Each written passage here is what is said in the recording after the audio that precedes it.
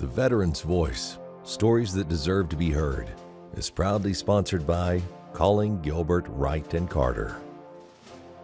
Well, when I hear that a TV station wants to launch a program called The Veteran's Voice, I think of two things. One, I think and you can hit me on the head if you want to, but I think media is in the business of producing material, okay, that produces eyeballs, okay, and in turn produces ads, in turn produces revenue, okay.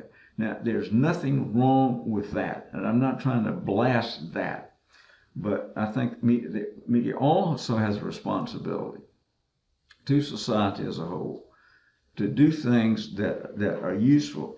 We all have an obligation, I believe, to make our community better than it was when we became involved.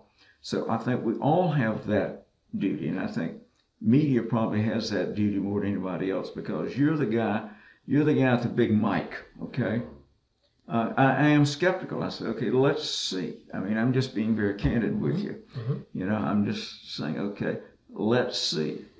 I like the way you're doing it here to find out what you're getting into, because you're getting into probably a lot more than you thought you were when you get started.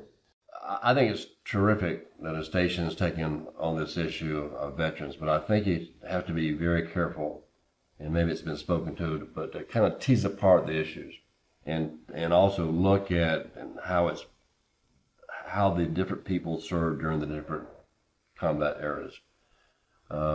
Because if you go back to Vietnam, some of us joined because we lost friends in Vietnam, and when you're 18 years old, maybe a little naivete sets in.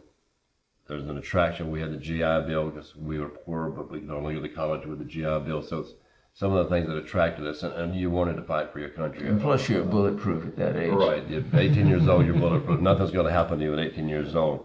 But I think it's really important to look at the different eras of the conflicts because of how people were treated and how people are treated now. And I'm not suggesting that one is better than the other, sure, of course, because the way the veterans are treated today are much better than the veterans were treated back in the Vietnam era. And I don't want to forget in your communications with the public to communicate to those Vietnam veterans too, who paid the price, a very high price, and continue to pay a very high price even in today's world. So I think it's terrific that this station will acknowledge the veterans in this community. But I would suggest that and there's some extraordinarily good things going on in the community, but let's kind of tease apart the things that are still lingering amongst some veterans too that we also need to attend to and can't forget about. Well, the first blush is that I hear somebody else wants to wave the flag again, because that's always a very profitable thing to do.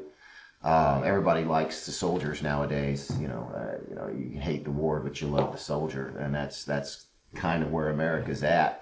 But when you look at it a little deeper, I think it could be a great resource, not only for the returning veteran, but maybe even for people who are just thinking about getting into the military or have just gotten in, to give them some perspective. Maybe I ought to think about what my end game is, because this isn't going to be something I do for the rest of my life. The military's never a lifetime career unless you're one of a very, very small select group of officers. Otherwise, you're going to be coming out, and you're going to deal with these issues. And this could provide that perspective of you're not the only one dealing with this problem. There's other people out there that have had the same survivor's guilt, that had those constant dreams when the Iraq War came out. That post 9/11, I had recurring dreams of finding myself at the recruiting station, and I'd wake up and what was I just doing, over and over again, because I felt I hadn't finished up or done my part, and that desire to go on. And I think we take a closer look at that, and you start seeing the hollowing out of the middle class and what soldiers are coming back to. And they need to have not just jobs, because so few of them can't find a job to pay the rent. So they end up taking whatever they can, but they need jobs that provide a sense of purpose and a sense of importance, so that they can feel like they continue to contribute something to society after they come back. And I think this might be a good way to help them do that. Honestly, I think it could be a very, very, very valuable resource. I think there are so many veterans of many different areas here in the community that are doing extraordinary things. Oftentimes, the younger veteran and even the older veteran gets stigmatized. PTSD gets stigmatized. Just because you have PTSD doesn't mean that you're psychologically crazy. You can still be a very, very, very productive member of society. But one thing David said that sticks with me, you have to have purpose.